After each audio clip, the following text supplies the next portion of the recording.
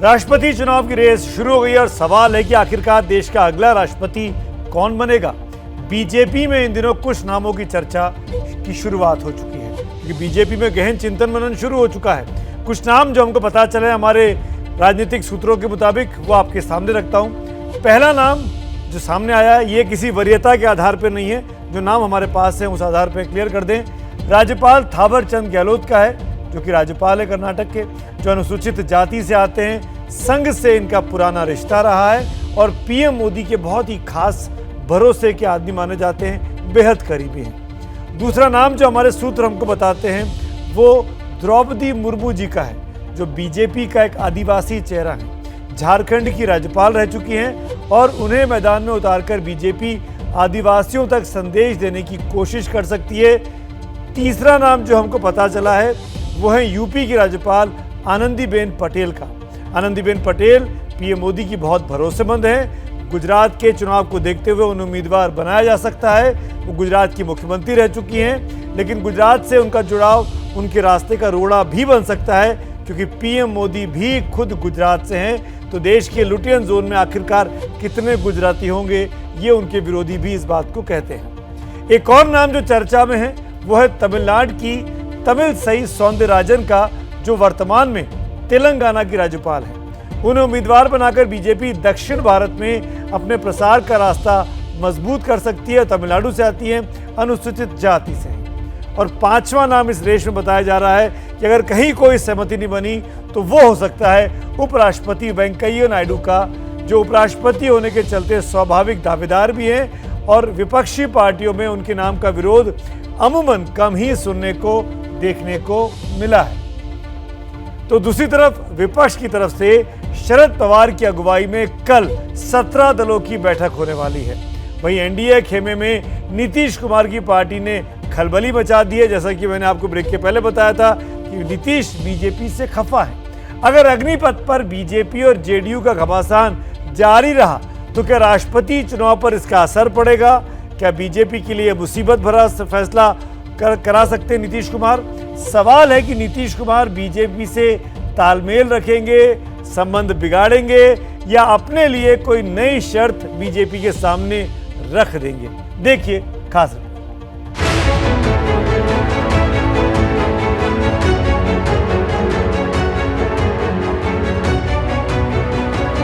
340 कमरे, 1.5 मील लंबा बरामदा और 227 खंभों वाले इस आलीशान इमारत में अगले महीने कौन राष्ट्रपति चुनकर आएगा, इसकी लड़ाई तेज हो गई है। एक तरफ पवार और ममता की अगुवाई वाले 17 दल हैं, तो दूसरी तरफ है बीजेपी और उसके सहयोगी। दोनों की कोशिश ऐसे उम्मीदवार को उतारने की है जिसकी कार्ड विरोधियों के पास न हो। हालांकि एनडीए का पलड़ा ज्यादा भारी है, क्योंकि कई राज्यों में उसकी सरकार है और बोनस के तौर पर मोदी का जलवा भी। लोकतंत्र में जीत आंकड़े तय करते हैं और यहां भी एनडीए की बढ़त है। देश के सभी सांसदों और विधायकों के वोट की वैल्यू 10,81,531 है। बहुमत के लिए चाहिए 5,40,766 वोट और एनडीए के पास है 5,26,966, यानी बहुमत से सिर्फ 13,800 वोट कम। अभी कुछ सीटों पर उपचुनाव भी होने हैं, जिसके बाद आंकड़ा थोड़ा ऊपर नीचे होगा। बावजूद इसके अपने उम्मीदवार के लिए वोट जुटाना बीजेपी के लिए मुश्किल नहीं होगा, क्योंकि वाईएसआर कांग्रेस, बीजेडी और टीआरएस में किसी भी दल ने बैकडोर से एनडीए उम्मीदवार का समर्थन कर दिया तो समझ लीजिए विपक्ष का खेल खत्म हो गया। और ऐसा हो भी सकता है, लेकिन बीजेपी को टेंशन बाहर वालों का समर्थन जुटाने से ज्यादा अपनों को संभालने की है, और उनमें सबसे ज्यादा अपने नीतीश कुमार हैं। क्या नीतीश कुमार बीजेपी का खेल बिगाड़ सकते हैं, या राष्ट्रपति चुनाव के बहाने बीजेपी से कोई नई डील कर सकते हैं?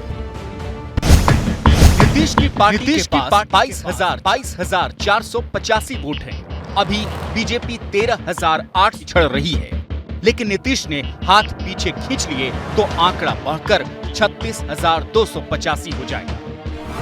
पिछली बार जब राष्ट्रपति चुनाव हुआ था तब नीतीश और आरजेडी का महागठबंधन था। बावजूद इसके नीतीश की पार्टी ने रामनाथ कोविंद को वोट दिया। तर्क दिया कि कोविंद बिहार के राज्यपाल हैं, इसलिए समर्थन देना नैतिक जिम्मेदारी है। लेकिन कुछ दिनों बाद ही बीजेपी से उनका गठबंधन हो गया। इसीलिए सबकी नजरें नीतीश पर हैं कि इस बार वो क्या खेल दिखाते हैं। राष्ट्रपति चुनाव के लिए अभी अधिसूचना भी जारी नहीं हुई है।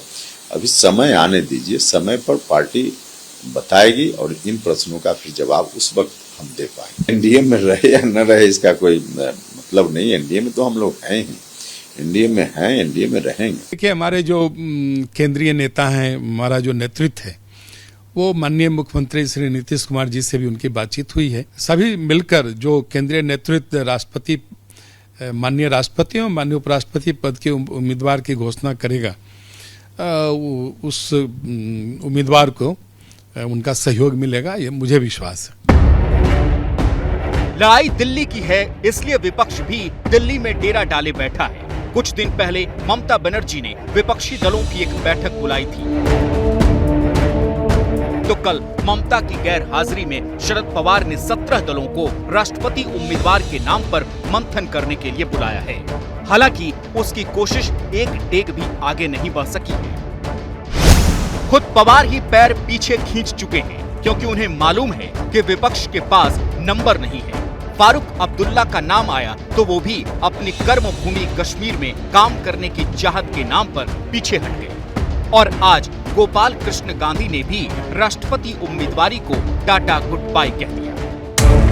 सियासी समीकरण कैसे और किस हद तक बदल सकते हैं, इसी पर कल बीजेपी अध्यक्ष जेपी नड्डा के घर भी बैठक हुई। 1 घंटे बाद बैठक में शामिल लोग बाहर जरूर आए, लेकिन किसी नाम पर चर्चा हुई या नहीं, और हाँ तो वो नाम कौन होगा, ये बात कमरे से बाहर नहीं आई।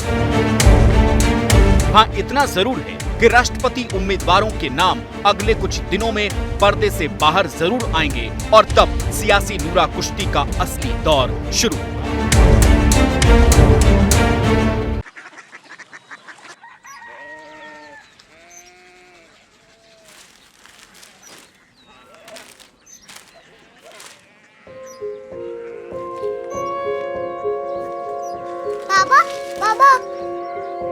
Korea city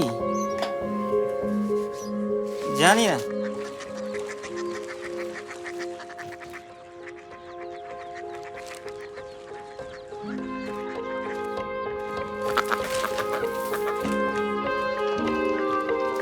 Korea city? हाँ।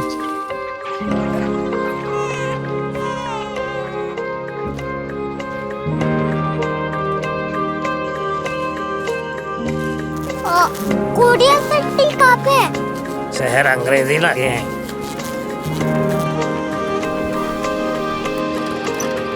Korea city.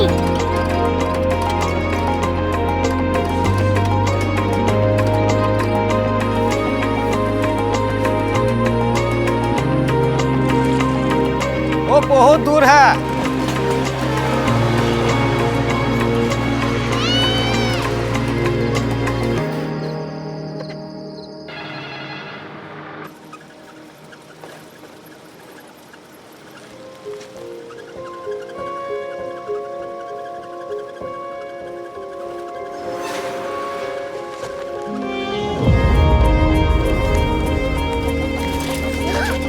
Korea city.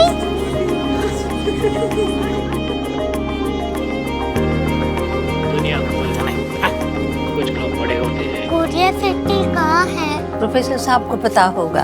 हो, ये छोटा वाला ग्लोब लगता है और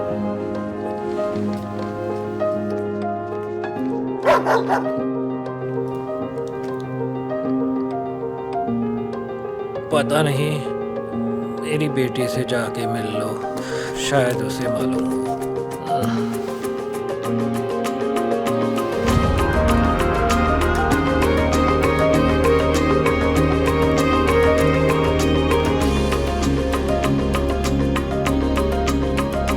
हाय,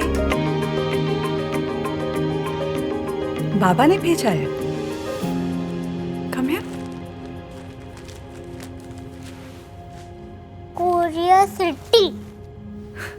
क्यूरियोसिटी नहीं, क्यूरियोसिटी। वो क्या? That's what brought you here? जो तुम्हें यहाँ तक ले आया। क्यूरियोसिटी।